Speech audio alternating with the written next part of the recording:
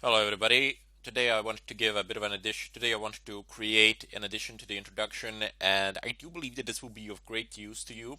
Even though there's nothing technical in this tutorial, uh, there is a bit of a motivation embedded into it. Basically, here I wanted to deal with the subject, why should anybody learn how to use Linux, or why should anybody learn how to use Red Hat or get their certification or anything of a kind? Well, here's why. You might have this idea that most of the world runs either on Windows or on Mac, but that is simply not the case. If you just take a look at Google, at Facebook, at Twitter, at eBay, at PayPal, all these servers, all these companies, they pretty much completely run on Linux. I'm not sure about eBay, but like 99% sure that it runs on Linux as well. All of these companies, they are the biggest companies, one of the biggest companies on the planet, and they all run on Linux. All of their machines are Linux, all of their servers are running Linux.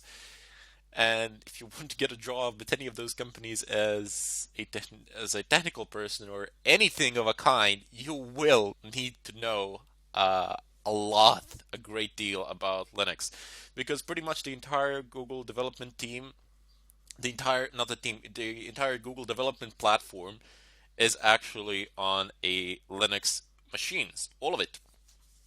Even though the employees can bring their own computers into the company that can have any operating system installed on them, the main OS which they use as a platform for development is actually Linux. They use a version of Ubuntu that they've adapted to their own needs. Anyway, uh, as I said, if you take a look at Facebook as well, all of their servers from beginning till this day on today, they run on Linux. But okay, that might still not be enough for you. You might still think, oh well, there is bound to be something else. There's bound to be something more other than those few companies. Well, let me tell you something. All of your Android phones that you have, that you carry in your pockets, or that you see on television or whatever, they all run on Linux as well. Your smart TVs run on Linux. I don't know what else do you need, basically. Even though the desktop computers, till this day on today, most of the desktop computers do run on Windows, and the market share is pretty low there. For Linux, that is nothing. Just imagine all the Android phones, they run on Linux. All the major companies run on Linux.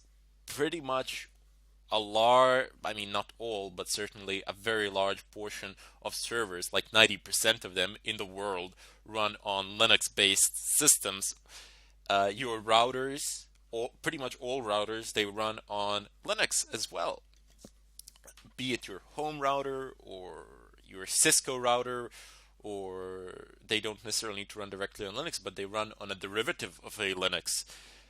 Cisco routers, Juniper routers, the commands on the Juniper router are pretty much the same as within a Linux terminal.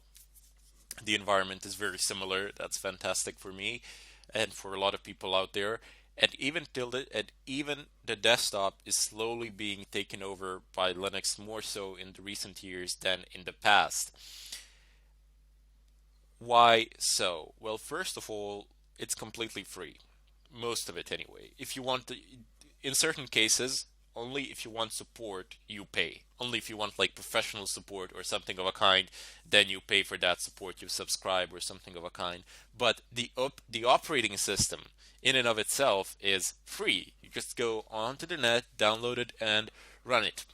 That's one of the reasons. The second reason is, although this might not be the case to the greatest of extents with Windows 8.1, uh, Windows is, well, not Windows, but sorry, Linux is generally far more secure than any Windows or Mac based operating system.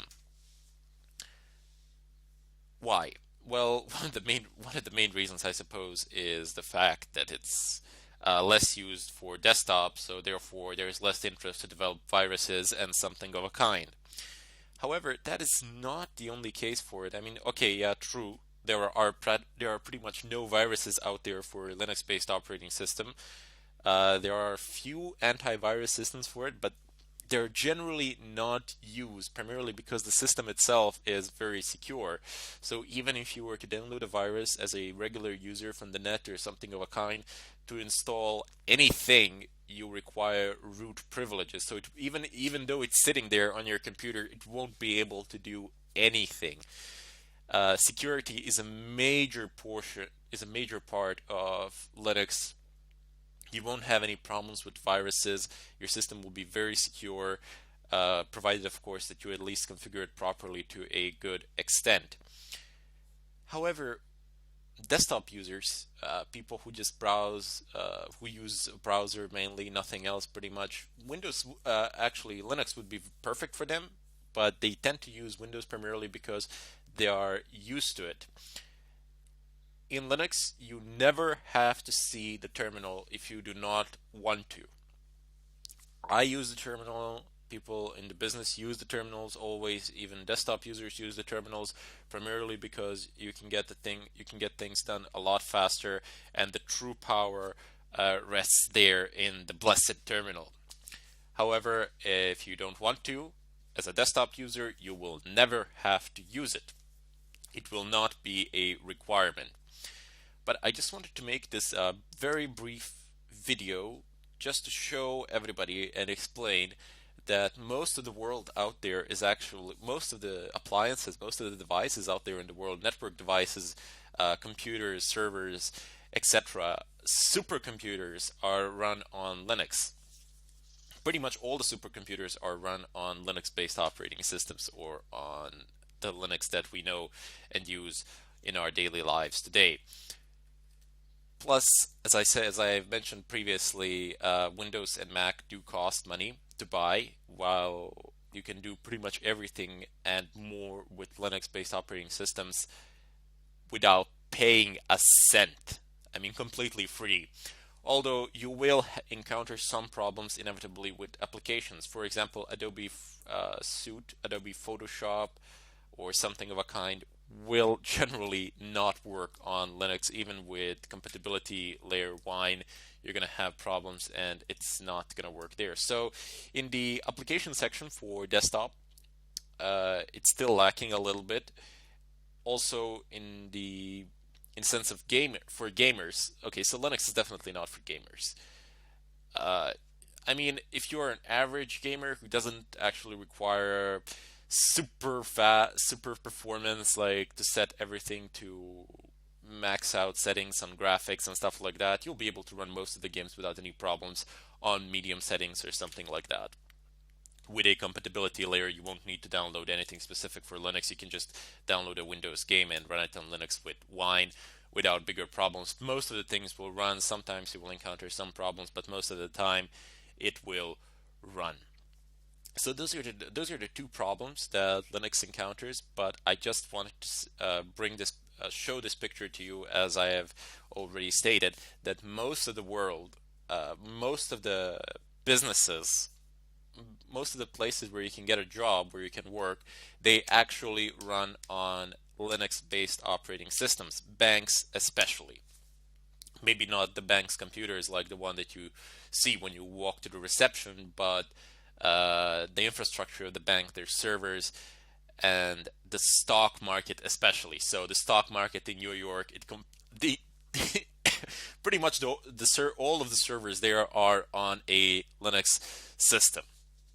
And that is what I wanted to show you, that most of the world runs on Linux, that is where you can find jobs. I'm not saying that you cannot find jobs with Microsoft or with Windows or something of a kind, but you are far more likely to find something with Linux, even though it's a free operating system, because companies do use it. They do need people to actually operate it and to do stuff with it. If you possess that knowledge, you definitely have a better opportunity, a better chance out there to be employed, to find work, and to make an income. Aside from that, Linux is highly customizable. There is pretty much nothing that you cannot do, primarily because it's open source and you get a variety of desktop versions for it. So let's say you want to download Fedora, which is an open source Red Hat free distribution for desktop users. Basically, you can get like a GNOME desktop, or you can get LXD desktop, or you can get a KDE desktop. We will get into all of this once we get to the GUI part and all of that. But what I wanted to say is that when you're using Windows or Mac, you're pretty much stuck with one desktop without extensive customization. While on the other hand, with Linux, you can just download the spin that you want. So if you want a KDE spin of Fedora, you just download that one. If you want GNOME spin of Fedora, you just download that one. And you get a completely different desktop. They differ to a very, very large extent. The user interfaces are completely different, but the terminals are always the same. The terminal commands are always the same. That is why when you're doing something via the terminal, it is a universal way of doing things. It does not vary from one distribution to another to a significant extent. It's pretty much the same everywhere. In any case, if you still have some doubts, feel free to post them in the discussion section. But there is one more thing that I wanted to address in this tutorial, and that is the format for your questions in the discussion section. Now, it would be good if you encounter any errors or any problems during this course while you follow it, and you're bound to encounter some problems. That's normal. It happens to everybody. You're unable to do something. You've installed it on one system. The drivers are not. You don't have the drivers for that. Some problems. Doesn't matter what it is. If you're posting it in the discussion, just say from which lecture it is.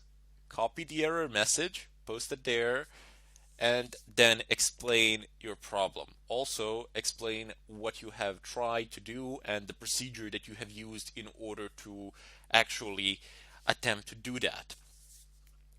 I do not say this to make my job easier. I just say this to, even though I check the discussions on Udemy on daily basis, and I try to answer everybody as fast as I possibly can. Usually within 12 hours, usually everybody gets a response within 12 hours or less. But when I don't have all the information, I basically have to write an answer. Could you please provide an error message or something like that? And then that adds a lot more time, and you need to read it, and then you need to find the error message again, and then you need to post it, and then you need to wait for me to check it out again. Basically, you can save yourselves a lot of time by just posting the error message, by listing the procedure that you have done, and perhaps explaining the setup, but most importantly of all, specifying which lecture were you following, and where did you encounter the problems. So if you just post those things, I will be able to help you a lot better in a far shorter time frame, so to say. Anyway, also in the discussions, do not feel free to ask me about anything related to Linux. There is nothing that is outside of the scope. You can ask pretty much anything. I will be more than happy to pretty much provide any information that I can on pretty much any subject that is related to Linux, either directly or indirectly. In any case, that would be all for now. In the next tutorial, we will get into the stuff. We will actually start doing things. We will get technical and approach without fear. Don't let that stop you or deter you or something of a kind. If you encounter difficulties in the beginning, it's okay. We've all encountered them. It was difficult for pretty much everybody. If you just stick with it for a little while, you will see it gets a lot easier after a certain period of time. I remember when I started using it for the first 6 months up to a year, I was completely lost, like errors at every corner. But after half a year or something like that of using Linux, of playing around with it on my own without any courses, I pretty much I started feeling comfortable with it, no problems. You will do this in a far shorter amount of time because I will introduce you to it step by step, and you will see you will become very comfortable with Linux after you have finished this course. Anyway, I'll see you in the next tutorial.